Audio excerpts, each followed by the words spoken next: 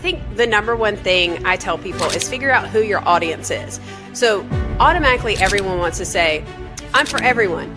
You're not for everyone. McDonald's isn't even for everyone. You can distill it down, even if it's like, okay, we're just for women. Okay, great. That's a start. So you have to really distill it down. Who is your audience?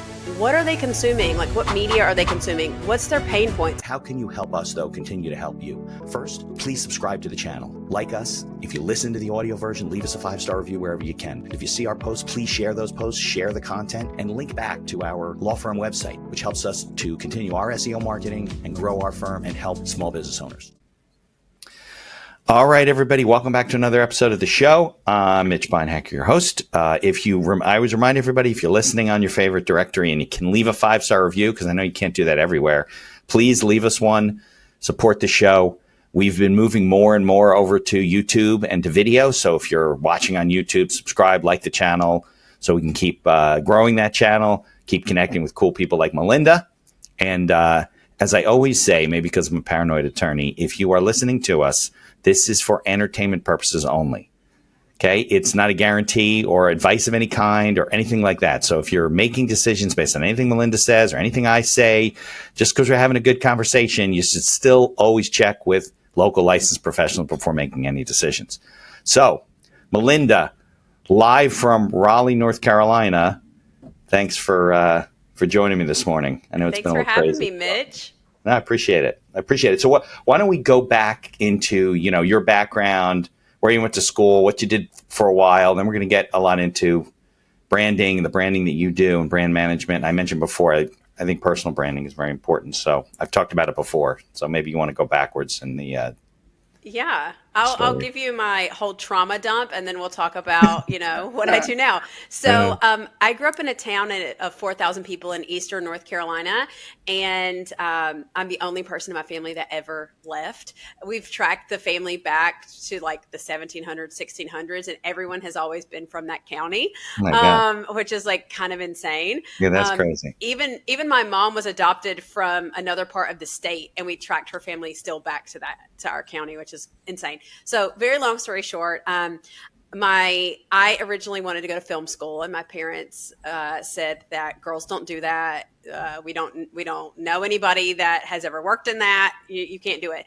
Meanwhile, at the time they were filming Dawson's Creek in North Carolina. They were filming a lot of movies. They were starting on One Tree Hill.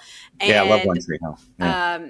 That was all in North Carolina? That was all shot down there? Yeah. Nice. A ton of stuff is filmed here, even now. So my parents said, you have to go to Campbell University. That's where my dad went. That's where my brother went.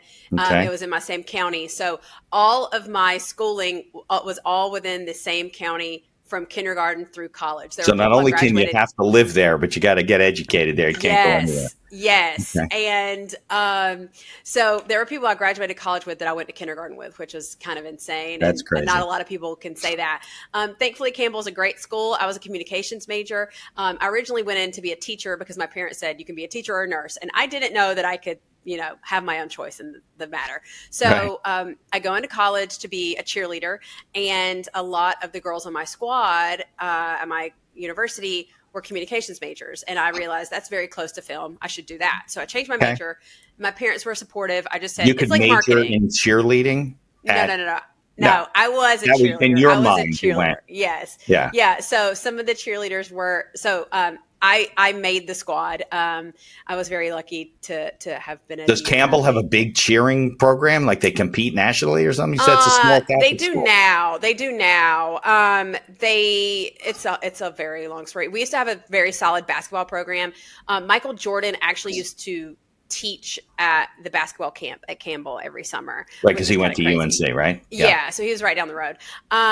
So I cheered there.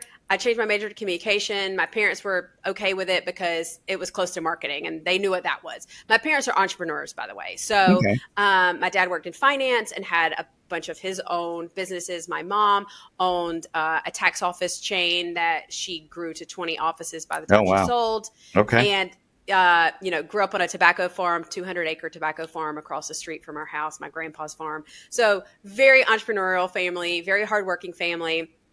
did not want me to go outside the norm. So when it was time for me to graduate college, my parents had started or opened a franchise for me and my brother of a restaurant. So Zaxby's, which is chicken here in the Zaxby's, South. yeah, I know Zaxby's. Zaxby's, So they bought a franchise location for franchise for Zaxby's. me and my brother. To do. Nice gift. My brother's Okay. 2 years older than me. They were like, Okay. this is going to be your legacy. This is your thing. My parents were already franchisees in other areas. So very long story short. Was he a business major, your brother too? Yes. Yeah. Okay. Him So and my fine. dad. He had the Both. background. Yeah. Okay. Yeah. So, and we had always worked for my parents in my mom's tax office, helping my dad flip houses on the farm. Oh, so you knew entrepreneurial blood. We were locked in. I mean, my mom opened the tax office when I was in kindergarten. So she said as soon as we could read, we had to work. So we had to help file things alphabetically for her, in the drawers and everything. So anyway, my parents opened our Zaxby's for us, and they said it was going to be mine and my brother's thing. I worked there for a year. I was about to graduate college, and I was like, I'm moving to Los Angeles. I want to work in entertainment. This was what year, Melinda? 2009. Okay, so a while ago. So, okay. Yeah, so 2009, and my brother was the GM for the restaurants. We had to open 3 in 3 years, and we opened the first one. I was like, okay, I'm good. I'm moving to Los Angeles. And so my parents said, we're going to cut you off if you leave. And I was like, you have a development deal. You have to open locations. Literally. And they were like, if you leave, you are done. And I was like, bye, I'm leaving. You're so kidding. I packed up my car the day after Christmas, 2009, still in a recession, by the way. Horrible time to graduate college. Yeah, right. That was right after all the real estate collapse happened. Yep. Yeah. So all my friends were just going into master's programs or going to law school instead of actually getting a job. And I packed up my car. I moved to Los Angeles with $500, some gift cards from Christmas. My dad handed me $100 bills. I was pulling out of the driveway at 5:00 in the morning and said, don't tell your mom. And I moved to Los Angeles, and I slept. And they were like, never talk to us again? Well, not never talk to us again. They were like, we're not helping you. Like, we're done. You're done. Right. I was off the phone plan. I was off the car insurance. I was off everything. And I was like, okay, that's fine. I know this is what I need to do. So I pulled out of the driveway, drove across the country, slept on someone's floor for 3 months, did 3 unpaid internships at once just to gain enough experience to get hired on full time somewhere. I coached cheerleading at a low income school. I worked at restaurants. I did every single thing I could just to survive. Was this because you wanted to get into acting? Is that why you went to? No, I didn't even want to get into acting. I wanted to be an entertainment publicist. So I saw what that was on TV, and that's what I wanted to do. I wanted to work behind the scenes.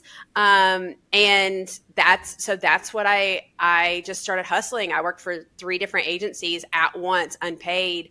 And it took me a year and a half to get hired on somewhere full time. And I ended up staying in Los Angeles for 7 years.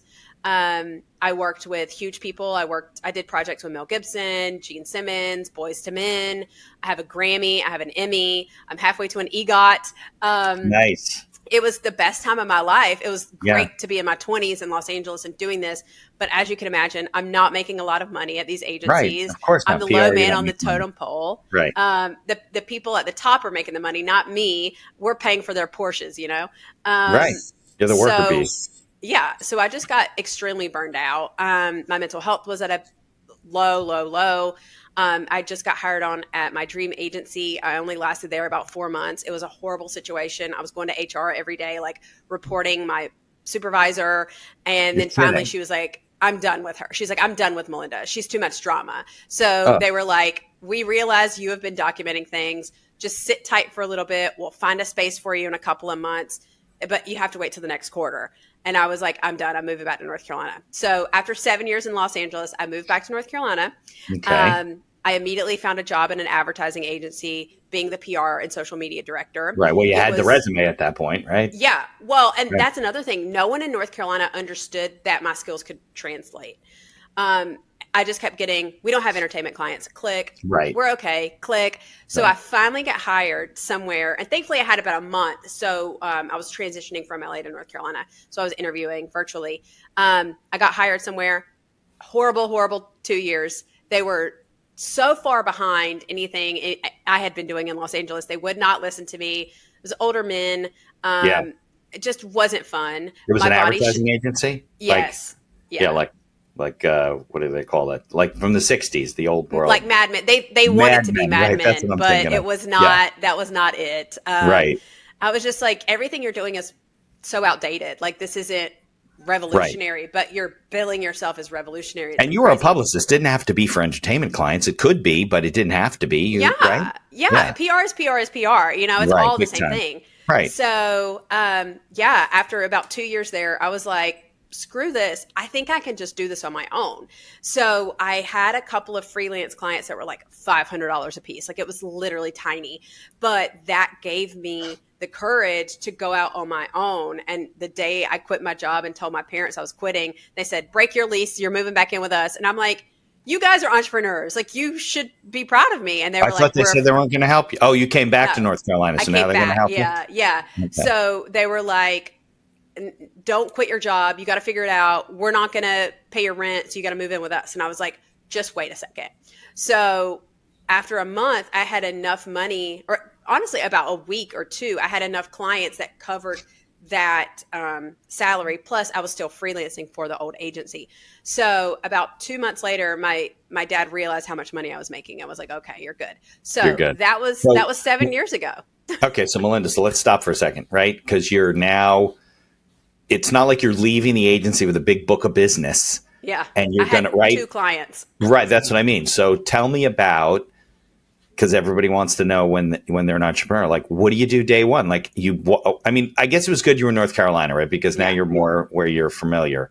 Mm-hmm. But you're also not in LA where there's a lot of custom, people to call on. So what did you do? Yeah. Like, how'd you get started? You said it was a very short period of time. You had clients. So yeah. So thankfully, I'm one of those people that I collect people everywhere I go. I love networking. I have a lot of contacts. Building networks is what it's all about. Yep. Yeah. So I was hustling from day one when I was back in North Carolina, if only just for my clients locally at the agency.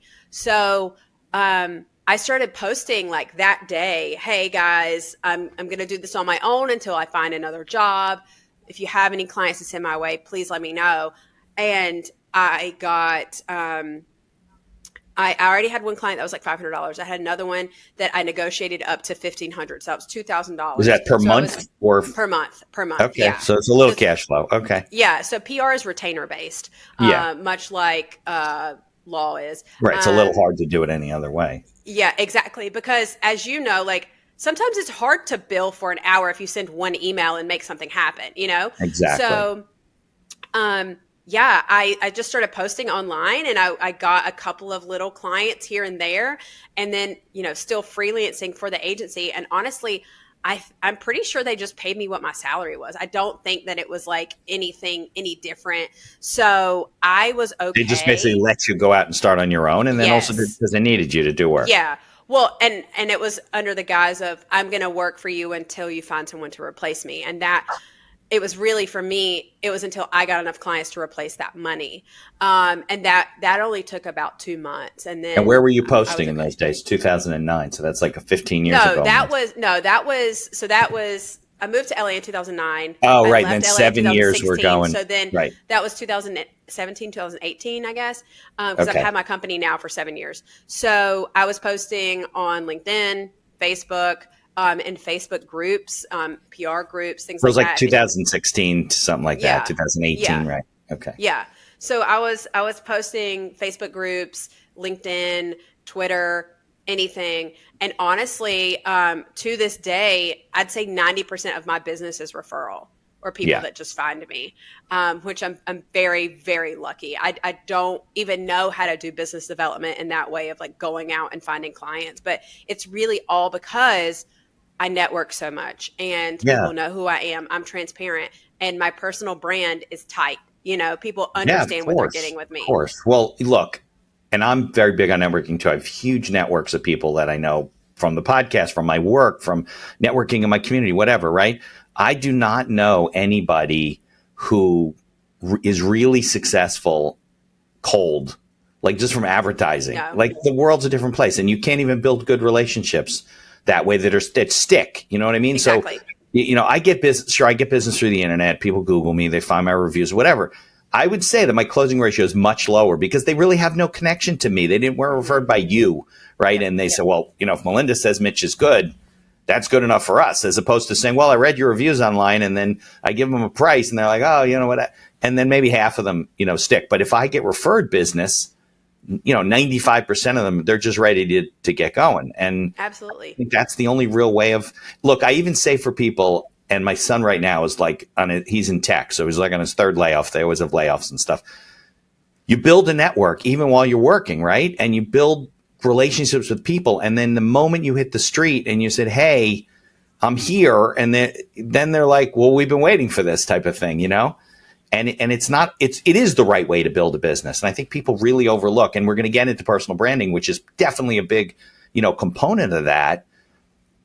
People don't really realize, and I think people don't give themselves credit. They probably have bigger networks than they give themselves credit for, like anybody who really knows you. But I think people, maybe some of it's they're afraid, to deal with people that they know or whatever, but that's your village. That's your people, right? That's you help them, they help you. And, networking is really what it's all about. You should not be building a business cold. Yeah. You almost did it in LA. You didn't know anybody. You went out there and you fought. Yeah. And it was hard, right? Yeah.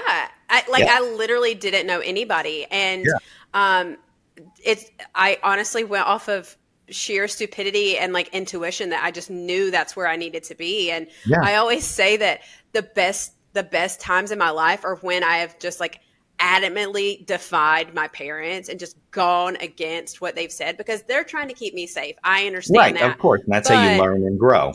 Yeah. But I'm like, look, you have to trust. And so I think networking is one of the best things you can do. And honestly, what you were saying about cold versus warm leads, that's something I tell my clients all the time now. So even when I'm doing PR for a product, I'm like, we have to have a founder story. We have to have a person. I don't care if it's the founder. I don't care if somebody's grandma. We have to connect someone to this brand because people are so inundated right now. They need a person, a real thing to connect to, not just being sold something all the time. Yeah, 100%. And I think credit to you, but a lot of people are not as resilient. They can't do what you did. They would have given up. It's too hard. And it doesn't have to be like that. I mean, looking back, you got to where you were for a lot of reasons, right? So it's all great. But I think you realized later on that you're like, listen, I'm going to start my own business. I have to know people, and I do. And I've been building networks because I thought it was important. I also think it's like a better way to do business and live your life, right? Who wants to do business with all kinds of people that don't know you and you don't know and you don't really have a lot of connection with? It's like, what's the point, right? People want to be connected. All right. So that was in, like you said, 16, 17, 18, right? Yeah. Okay. So what does the business look like today? Like what are you, is it just you? You have people working for you? Yeah. So I have a small team. I am kind of a control freak. So the thought of hiring someone full time and being in charge of their livelihood is terrifying to me. So I have paid interns. I fully believe in paying my interns, regardless of a legal whatever, because I didn't get paid as a real adult that was trying so hard to work in this industry. It's common in your industry. They really do that. Yeah. Yeah. So I pay my interns. I have an assistant that works for me part-time, and I'm bringing on a business development person now. So I have a small team and freelancers that I can pull from whenever I need, a sister agency that's a marketing and design agency. So I have a community that I can pull from, but for the most part, it really is just me. And I like to have my hands on everything because I know how the client feels. They're investing a lot of money in me and they want me to do it. It's not like when I worked at these agencies where the founder would sell this new business and then never touch it until the client was up for a contract renewal. And then they go in and try to take all the credit for it, but it was really me doing the work. Right. Yeah. So there's probably a happy medium somewhere in there, right? Because you can't keep doing it forever. I have the same problem as a lawyer, right? People hire the lawyer. They don't really hire the firm. So what's your, let's not call it an exit strategy, right? You're not going to set it up and leave. So what's the plan of your who's, because you really do have an organization, right? You have an assistant, you have these freelancers, you have other organizations you work with. That's great. How do you make that transition where you grow and you can't be the person doing all that stuff, right? That's the pain point I'm in right now. So that's what I'm trying to figure out. I keep saying, am I allowed to cuss on this or no? Yeah, it's one of those. Okay. So I always have to ask. No, but yeah. I keep saying this is my shit or get off the pot year. And I don't mean Yeah. that as in like I'm going to like quit my business, but it's Right. like I have to do something because I am bleeding out of my eyeballs at this point, you know, Yeah, well, working 12-hour you days. got to the right level, right? But you can't, you just can't. Yeah. That's not a good quality of life either.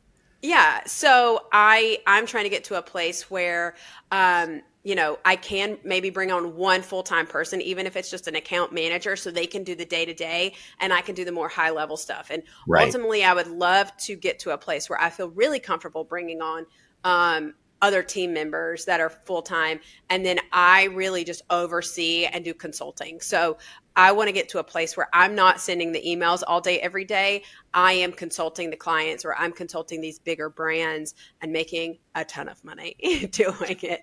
Because I've found, and it's probably like this in law too, honestly, like the people that are making the most money are doing the least amount of work. Always. Because they're managing the relationships, bringing people in and handing them off. Exactly. Yeah. You don't need to do $20 an hour work where you should be getting paid $200 an hour.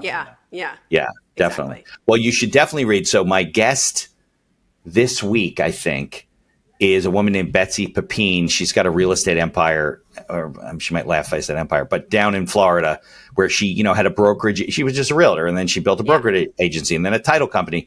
She's a big strategic coach person. And if you read the book, Who Not How, she turned me on to it. You definitely should read it. It's all about building an organization of people that support you to do the things you want to do for your clients. That you know, look, at some point you sweep the floors, right? But you can't be doing that. It's not sustainable. Mm-hmm. You know, I'm going to be 59 in December. You know, I'm at exactly the same point you are, Melinda. I got rid of my firm years ago. It's just me. I have some support people, but they're not lawyers. So, you know, how do I and I'm dealing with the same problem. Like, I've been talking to friends, and I've been dealing with how do we get to the next level to be able to work less, right? I don't know, retirement's a word, but work less and have people kind of run the engine behind the scenes and still maintain the client relationships where they want to work with you and your company. But it's a hard transition. It's a great book. I thank Betsy for coming out to it. The thing that keeps coming up for me, like as I go to women's conferences, so I speak at a lot of female entrepreneur conferences, and I've spoken all over the country. But lately, the past 6 months, every one of them that I go to, everyone always says, you can't work on the business if you're in the business. Correct. And so that's replaying in my head every single day. I'm like, That's okay, God, I get it. Like, stop beating me over the head with this. Yeah. Because then you're just an employee of a company you also happen to own. You're really not anything else. Yeah. E-Myth is a good one. Like, if you can like literally move your office down 2 blocks from your wherever you work or wherever you work with your people, they're probably mostly remote now, but you know what I mean? Like, if you could literally take a month off, would your company survive? You know? No. Right. So there you go. There's the answer. Place where I can do that, you know? Yeah. Maybe not. I don't know if I could do a month, but 2 weeks, you know, where you check in a little bit, make sure your inbox not growing too much, and you have people to send things to and take care of this and that. Yeah. I used to have that, and then I went a different direction, but I think it's a common problem for, you know, professionals that are in service oriented, you know, businesses, because that's what you are, right? I mean, you're taking people's information and getting them placed and getting them on shows or whatever it is you guys do. So tell me about the PR business. Like, what kind of PR do you do for your clients mostly? And is there some industries that you're working in more than others? Yeah. So I've worked at a lot of different agencies, and I've firmly believe that I don't want to niche down too much, because when you niche down too much, your clients are competing against each other. So say I have 5 beauty brands, and an editor comes to me and they're like, I need the top one of your cleansers. Well, then I have to pick which one. If they all have a cleanser, I have to pick which one. And like, that's doing people a disservice. So I don't niche down. I think my niche mainly really is female entrepreneurs. So kind of my elevator pitch is I help position female founders as thought leaders. So what that looks like, that's really the personal branding that we were talking about. So for me, that's getting them traditional media. So, you know, quotes in Forbes or in a newspaper or a radio interview, a podcast, a TV interview, a speaking gig, op-eds. That could look like helping them with influencer relations, especially if they have some kind of a product or event or something. Brand partnerships. So are there other brands out there that would make sense for us to collaborate with and cross promote with and kind of borrow each other's audiences, things like that. And then like event support, just the typical thing. So anything that's like really public facing in that way where they're interacting with people, I can kind of help with. Maybe you're getting your calendaring from one software and you're invoicing from another. Evenue is a platform that we use as one of our sponsors to run our entire business. And there's other features like auto payments and integrations with QuickBooks. Visit evenue.com, EVONUE.com to learn more. There's also a link in the show notes. And be sure to tell them that the Accidental Entrepreneur referred you. This podcast is brought to you by our affiliate sponsor, iEmployee. iEmployee is a virtual assistant service that hires almost anyone for any role in your company right out of the Philippines. Most roles range from $7 to $9 an hour for highly skilled and experienced VAs. And whether you need an executive assistant, social media manager, video editor, customer service, sales, you name it, they have it. We use iEmployee for our VA services, from editing and promoting the podcast to all the PR and promotion of our law firm. iEmployee acts as a virtual field supervisor on the back end with live video monitoring and reports on a daily basis with screenshots of your VA's workday, and along with complete HR and payroll duties. No more paying for overpriced and underqualified workers. There's a link in the show notes to get a 1-week free trial, and I encourage you to take advantage of it. Trade show support, same thing. Yeah. Okay. Yeah. It's funny because generally niching down increases your product in general in industries, right? But there are certain business, I guess I'd have the same problem, right? If you niche down too much, I start running into conflicts of interest between, clients. If every one of my clients were restaurants or whatever, I would start having conflicts of interest. So yeah, I guess you got to balance the two. And when you get, but that's good category, female entrepreneurs. Funny how there's female entrepreneur. You would never have a male entrepreneur. I know. Conflicts. Look, you would be like, guys get enough. Right. It's just either entrepreneurs. Every business conference is a male conference. Exactly. But so I mean, funny. I do work with males, and honestly, funny enough, I have more clients internationally than I have in North Carolina. I find that North Carolina doesn't understand me necessarily. I'm not the sorority girl. I'm not in junior league. I'm not the typical Southern belle. I cuss a lot. I'm loud. I'm in your face. I'm blunt. I'm honest. And they don't really like that all the time. So. That's funny. Yeah, but it doesn't matter where you're based now because of the world's changed. So you can be located anywhere. Yeah. How do you? So, I mean, you have a big network, but you get referred to people like overseas and around the world. Yeah, or they just find me. A thing that happens a lot is they'll just be searching for like a United States publicist or something. Funny enough, during COVID, I got on Fiverr just to kind of help supplement my income. And I made more money during COVID than I've ever made because everyone wanted PR because they needed to stand out. They needed to save their business. And so even on Fiverr, just having a listing up for, I'll help you write your press release. I get so many clients from that. And I get a lot of international clients that way as well, because we'll start the conversation going.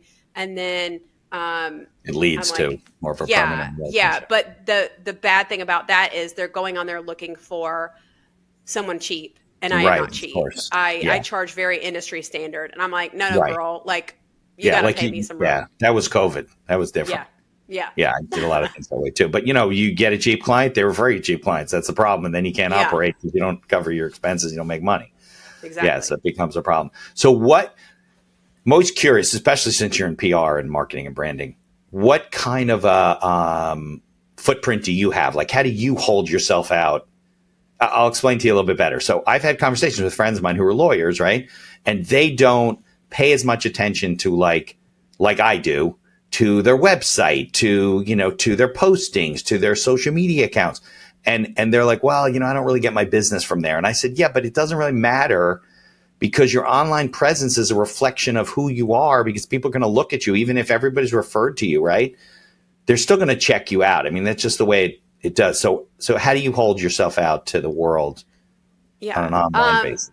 So I neglected that stuff for a long time. Yeah. See? Because I was worrying about all my client stuff. So that's another thing. I'm too close to it almost to do it myself. Yeah, so like the shoemaker with holes in their shoes, right? literally. And I finally got one of my friends to redo all my branding, and it's very me now. But now my website, I just kind of updated myself, and it looks like a third grader did it. So we're working on my website. Yeah, you need a who to do that. You should not be doing that. You got to be somebody who's removed from it, right? Exactly. I'm too close to it. I'm so bad at my business social media, but I'm really good at my personal social media. So I kind of just let that shine, and I will post thought leadership on there. But I also realize, for me, my audience doesn't want PR thought leadership. They want me being unhinged and silly and like real and raw and saying like, look, y'all, I have negative $2 in my bank account today, but I know all my client checks are going to hit tomorrow and I'm going to be rich and I can pay my bills. This is entrepreneurship, you know? Yeah. People want that. And that I've seen more people come to me and want to work with me for my personal than ever from my business. Because they feel that you're a real person and honest. Exactly. And they know that I take it seriously. I know this is a big investment that they're making every month. And I used to say, I recognize this is the only extra money people have. But then I realized that's very low vibe of me to say. And that's like putting negative energy out there. Right. So it's a significant investment. That's what I say now. Yeah. And people trust me because they know I'm going to be real with them and I'm going to advocate for them and I'm going to fight for them. Yeah. Well, I mean, getting out there, public relation wise, getting published, going on podcasts, whatever. I mean, it's an investment. It's not a cost. Yeah. I mean, it comes back to you tenfold when you're out there doing all the right things, but you got to do all those right things and you still have to do the networking and you still got to go to events and you still got to, I don't know if it depends on your industry, whether you're doing paid for advertising or not, or whatever, blog articles and stuff. So you do that too, right? You have copywriters and. Oh no, I just kind of do you don't do any of that stuff? No, I like if they need something written, I'll write it. And I also don't do any pay to play. So I pretty much only do earned media. I say that's advertising. I don't do advertising. That's on them. Like you're going to invest, $3,000, $4,000, $5,000 a month in me, and I'm going to get you as much as I can. Exposure. Yeah. I'm going to do as much as I can for free. That what you invest in me is the only investment. Yeah. So do you find that a lot of your clients who are using you are also doing advertising separately through like an ad agency or advertising people, or they don't really need that when they're doing a lot of the PR stuff? I think a lot of them have stopped because they've realized it can be a just huge waste. Right. And especially if, like I even have a retainer that is podcast pitching only and it's $1,500 a month and I'm averaging 30 to 40 podcast requests a month per client. So they're like, well, holy shit, like why am I dumping that much money in Facebook ads when Melinda can get me on these podcasts? And then I use that as social proof. I use that as content. Yeah. And I'm actually getting in front of people. Right. And nowadays you can take the transcripts and drop it in AI and ask AI to create an article for you. And there's always great content. And I do that for clients too. Like if a client doesn't have time, I'll take their podcast transcripts and I'm like, okay, formulate this. Let's update their talking points because what they said on here was so good. So I use that a ton. And also to like really drive this all home, I do a whole presentation on the importance of podcasts and how to get on podcasts. But one thing I kind of realized when I was building it out is if you're on your local TV station, you maybe are going to get 1.5 to 3 minutes, maybe 5 minutes if you're lucky on that segment. Right. People are only going to see it if they're sitting in front of that TV. It may or may not play in the 5 o'clock hour. It may or may not play again, and it may or may not be put online. But if you're on a podcast, you're in someone's ears for 30 minutes, 30 to 45 minutes to an hour while they're washing dishes, while they're at the gym. You are in their brain while they're living their life. So the next time they get on the treadmill or wash their dishes, they're going to think, I need to look up that Melinda girl. I totally forgot to look her up. And it's there. Right. It's like science, Right. And it's there and it's forever content. Yep. Yeah. And you can do so much with it nowadays. I don't do any paid for advertising. Everything I do is, the most I do is Google reviews when I finish for a client matter. But between the podcast and the content and blog articles, and you just keep putting out content because if people read that stuff, they digest it. And you're right. But like if I'm on a local, I think I was on some local TV show a while back talking about whatever planning or, taxes or whatever. I guess it's out there. I have no idea. It's just, it was a big fanfare at the time. Nothing really, whatever. Yeah, but it's still good to do those things because people have to see it so many fill times. in. Like Right. when I was in college, I think the stat was, somebody has to see it 5 to 7 times. Now I think it's up to like 30 because of social media and our like attention spans. So people really do have to see you multiple times in multiple ways to buy into you. All right. So let's talk more about branding, right? Because we know that's important, especially you mentioned personal versus you actually neglect your business a little bit. You do more personal because it leads to more things. So if I'm a small business owner, I'm just getting started, even maybe I'm a local person, how do I start to build my personal brand? Because I think that, and you can tell me if I'm wrong, but I think that for most small business owners, the brand of their company has a lot less impact. They're not Lululemon, right? Where they're starting they want to start a fashion brand, unless they are. But, right? So I think that it's much more important who we are as people, like you said before.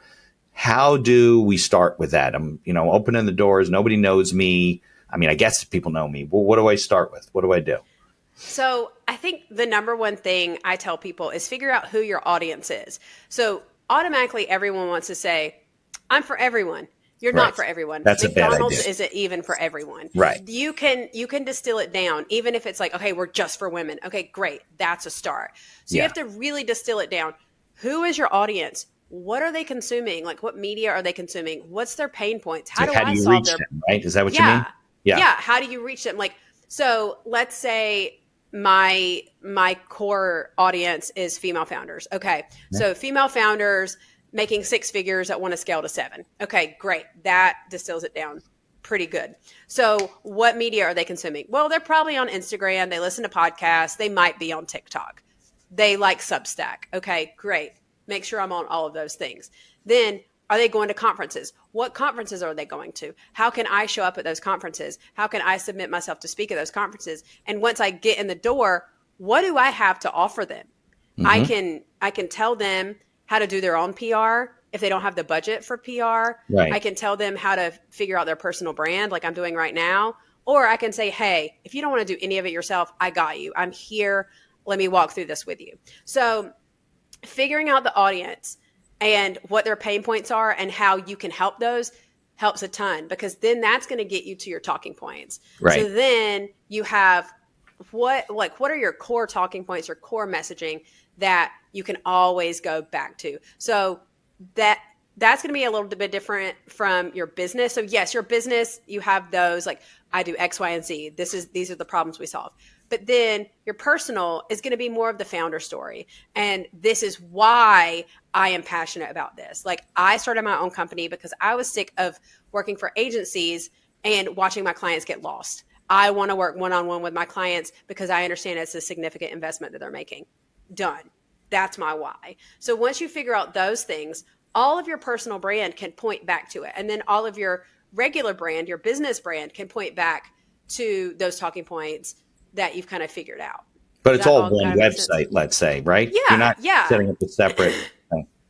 So no, you don't have to set up separate websites, but it's really good to figure out, okay, what's your business talking points, your business branding, and then your personal as well. And there will be some overlapping, but the personal is more of the why. Like, this is why I started this. This is why I'm passionate about it. And then you can sprinkle in some of that fun stuff too. Like, oh, I was a college cheerleader, or I really love to go to national parks. Make you human. Things like that. Yes, those kinds of things, because those are important to pivot to when maybe you're not getting the reaction that you want from your brand, your business brand. So then you can lean on those things. So an example I always use is I used to do a lot of jazz PR, and we had a jazz client, and he was not getting anything. We could not get him arrested. Like a musician? He was a jazz musician? Yeah, he was a jazz saxophonist. We could not get him anything. But Why? then we realized nobody just wanted him. I don't know. It was just one of those things. He just wasn't well known enough yet. Okay. So then we realized that he was doing long distance cycle rides while he was on tour. So if he goes on tour in Europe, he's doing long distance biking. If he's on tour in the States, he's doing long distance biking. So then we went to cycle media, and we were like, here's this jazz musician that this is a core part of his tour. Then we were able to get him some press. Yeah, because people related to him who were those people, right? Exactly. And that's more the personal brand than the business.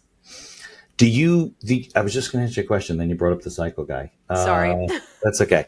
I was going to ask you a question about when you are, it was specific to I know what it was. You brought up before about, giving information away, like finding, I find it's funny. I find that people seem to be hesitant to like teach their audience that they're trying to reach about what they do. And at the end of the day, first of all, if their people can't afford it, fine. You want to help them and whatever. But if what you tell them works and is good, they're eventually going to hire you anyway, because they're going to I don't want to do this anymore. Everything's going well. So maybe you want to have some more comments about that, because I find, especially in the law, forget about it. I have colleagues who are like, well, why would I write an article about that? They could just go do it themselves. I'm like, do you think the people that are doing business with you are going to go and do it themselves? Of course not. No, they can't do it. They're going to get overwhelmed. And that's my standpoint. Exactly. I don't mind helping people. It does not hurt me to help people. I would rather tell somebody how to do my job and let them run with it. And then once they start getting a lot of press and they get excited, they're going to come back. Or they're going to pay me for another consulting call. Right, because they're going to get frustrated. And they're like, Melinda, this isn't working. They're like, well, you got to do this, right. Exactly. I do not mind like spilling the secret sauce, because if they have success with it, wonderful. Like, I know that I still did that because I taught them how to do it. So I offer VIP days, and on those, I literally teach business owners how to do their own PR. So I walk them through their messaging. We come up with their messaging, their pitches. Nice. I pull media lists for them. I do a 90-day press plan for them, so they can just like plug and play and like copy, paste, send. And I would so much rather do that for people and still make a little bit of money than not help anybody at all.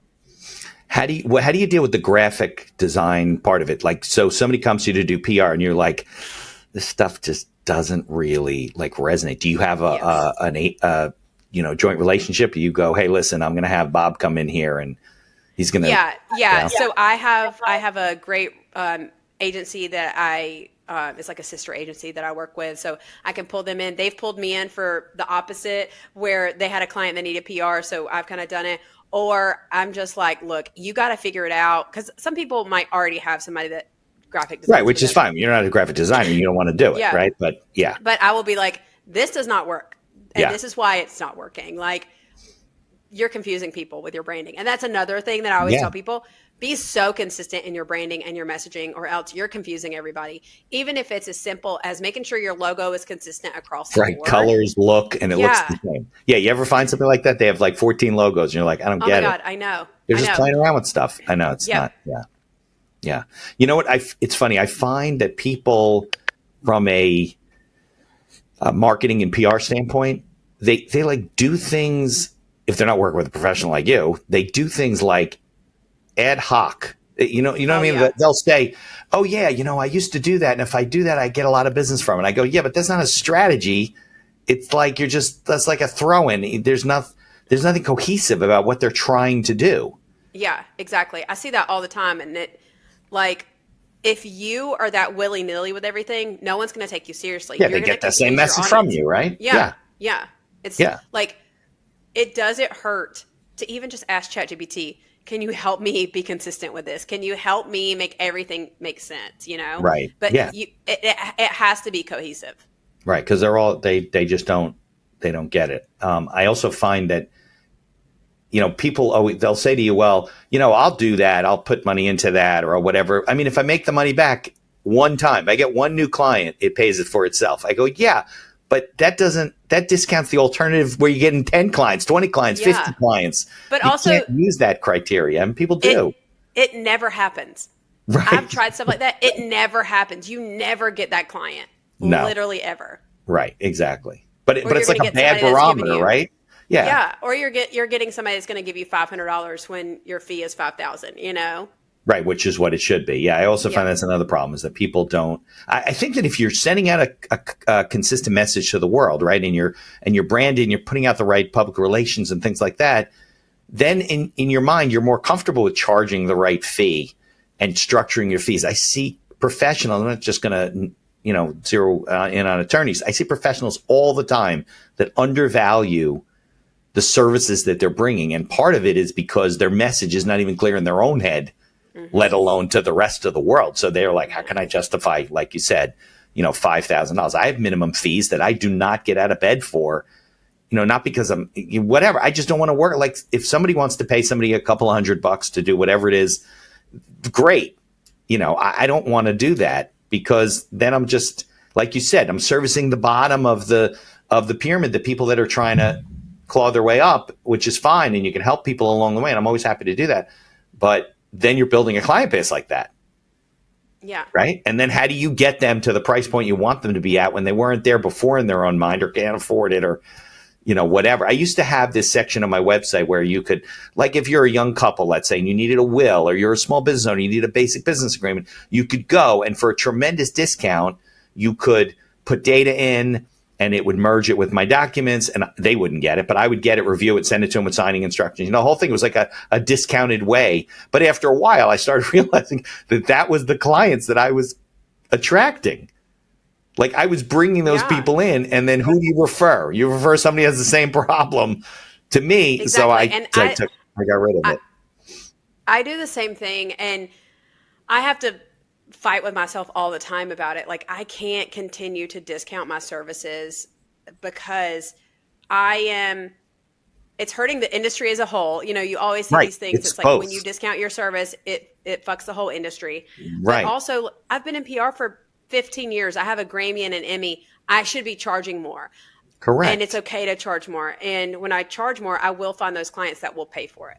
Of course. The days when you started was the days where you charge little. I had a guy, I did wills. I was working on wills from him like 15 years ago, and then he disappeared. I don't know what happened with his life or whatever. 12 years later, he comes back to me. And he's like, listen, I really need to do that. So I go, all right, well, obviously I'm not even in the same firm. I sent him a retainer letter. He goes, oh, it's going to be that much money? I go, dude, this was 12 years ago. What are you talking Inflation. about? I don't think I even did the work for him. I think he was just like sticker shock. I have no idea. Can't remember. But yeah, I think that people got to you got to keep up with your fees, right? You raise your fees every year. It doesn't have to double, but my costs go up. Your costs went up, Well, another thing I realized is I was trying to charge everyone $2,000 a month for a retainer. And I would say, oh, that's just industry standard. Sorry, my dog is here now. This is Otto, everyone. Oh, cute. He is awake. But I would say, oh, it's industry standard. Then I'm like, that was industry standard when I was in LA 10 years ago. What am I doing? Right. So I have to raise those rates. Yeah, exactly. No, I've done the same thing. I get colleagues are like, I listened to you. I raised my rates by whatever, $25 an hour, $50. I feel so much better. My clients didn't even blink. Yeah, Some of them said, where have you been? How come you haven't raised your rates in 10 years? Yeah. I have guys I work with, people I work with. I'm like, you know what? And you say that. Melinda's great at what she does, and she doesn't charge enough. Like, that's not something you want people to be saying about, that's the referral, right? I want them to be like, it's a lot of money, but she's worth it. That's what I need. That's what I need to go into 2026 with. Right. Yeah, you want the people that are willing to invest, and they'll get bigger returns on what they're getting, right? I mean, at the end of the day, if somebody pays you $500 to do something they should be paying you $5,000, what are they really going to get in terms of your time? And it's just, it's realistic, right? In terms of what it does. So we can get back to branding a little bit, but what does the future hold for you? Like, what are your own strategic plans going forward for the next, let's say, 3 to 5 years? Yeah, like I said, I'm bringing on somebody to do business development, and I want to get to a place where my income is more, so I can get investment properties. It's something that my parents do. I want to do it on the outside. Okay. Yeah. I want to, diversify my income a little bit, and then just have everything. So it's like, for lack of a better term, on autopilot, where everything is just cruising along. Because you can focus on the big things, like you said. Exactly. And PR is hard because PR and marketing are always the first things to go when the economy's down. And right now, we're seeing that. I've talked to a lot of agency owners, and they're all like, I am scraping the bottom of the barrel trying to find clients right now. And so a lot of us are discounting our fees or offering, different consulting calls. Like, I just sent out an email yesterday, like, hey, for the month of November, I'll offer 50% off my consulting calls, just to try to get some momentum going. But it's hard right now. So I would love to try to grow my income so I can invest, and call in those clients that I don't have to email every day for. I can just really consult and help them with the higher level creative stuff. Yeah, absolutely. All right. Well, that's certainly ambitious. I think it's hard for everybody, right? You just got to keep trugging along, and maybe I have to, meet more people in order to get the clients that I want to get, and do that kind of stuff. Because a lot of clients I have are like business owners, and they're on retainer too, for the same reason that I can't send them a bill every time I talk for 5 minutes. It's ridiculous. So eventually I say, listen, we're going to put you on a retainer. It's going to cover calls and emails and general consults. If I do work, it'll be at a discount, but and it keeps my cash flow going, and it's less headache for me. And you don't be getting these bills and saying, well, Melinda, what the hell is this? We spent 20 minutes on this. You're like, yeah, remember, we spent 40 minutes on it, but I only billed you 20, and you're always justifying what you do. So what's the best way for people to like connect with you and learn from you and start to get involved, besides going to female entrepreneur conferences where you're speaking? Yeah. I can't go, but. Well, I host a Raleigh Female Founder Happy Hour. You're more than welcome to come anytime you want. We have about 300 women total that have attended. So, but no, I'm at melindajacksonpr.com. You can find me there. I'm Melinda Jackson PR all over the internet. I have a podcast I just started called Unhinged Founder. Okay. Founder? Unhinged Founder. So right now it's been a lot of female founders, but we're going to get some guys on there, I promise. But I just interview my friends that also own businesses, and we talk a lot about why it sucks. And just if you ever want an advisor, I'm a business owner, but I'm professional. I'm always available. I do a lot of podcast casting. Oh, yeah. So, yeah. But yeah, I'm all over the internet, Melinda Jackson. I do consulting calls if somebody wants. I can do VIP days, like I said, or full on retainer work. I want to make it accessible for people, because PR shouldn't be gatekept. I'm literally sending emails all day, every day. Like I'm not curing cancer. So I don't mind helping people. Right. Absolutely. Do you find that people, like they got to produce content, right? You got to put content out there from a PR standpoint. So how are people producing that stuff? Especially if it's like in the law field, I can't have my VA write a law article. Yeah. Should they be you see people using ChatGPT? Is there another service? Yeah. So I suggest people build their own GPT within ChatGPT. So it has A all lot their of people don't know messaging, you all their can do talking that. points. Yeah, Oh yeah. And I that. build them for each of my clients, which is a lifesaver, because I will write all the messaging and everything, and then I dump it in there, and then I'll dump podcast transcripts. And anytime they do an interview, I dump it in there. Or anytime we change something, I dump it in there. And then it's just like my second brain. So I can quickly go in and say, okay, I'm going to pitch them for this podcast. What talking points should I bring up? That kind of thing. So like the GPT is already trained for that particular client. Yeah. So use ChatGPT. There's plenty of copywriters out there that you can use. You can get people for cheap, but you can do it yourself. Do it ChatGPT if you struggle with that. But I'm really seeing so many people do more long form content on things like Substack, and that is where traditional media is going to go. I think as outlets are folding, we're going to see a lot of that more like user generated content. From things like from things like Substack. Yeah. So explain what Substack is for people listening. It's literally just like a blogging platform. And it's like a hybrid of a blog / newsletter / message board. So you set up your own Substack. Yeah, you set it up, and you can charge subscribers as well. So I have a couple. I think I have like 5 paid subscribers and like 100 and something free subscribers. Nice. But I'll do a mixture of content on there. I dump all my podcast content on there as well.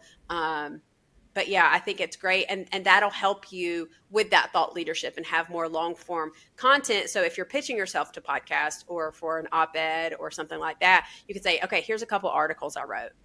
Yeah. Now, people definitely should not discount guesting on podcasts. Everyone's looking for guests. You can always find the genre in which you work, your industry, whatever. I think we met through Podmatch, didn't we? Yeah. Yeah. Podmatch another thing I tell people to do is go on Threads. Threads is great for finding podcasts. Like literally just search need podcast guest. I've booked people on my podcast from Threads. I've gotten booked on podcasts from Threads.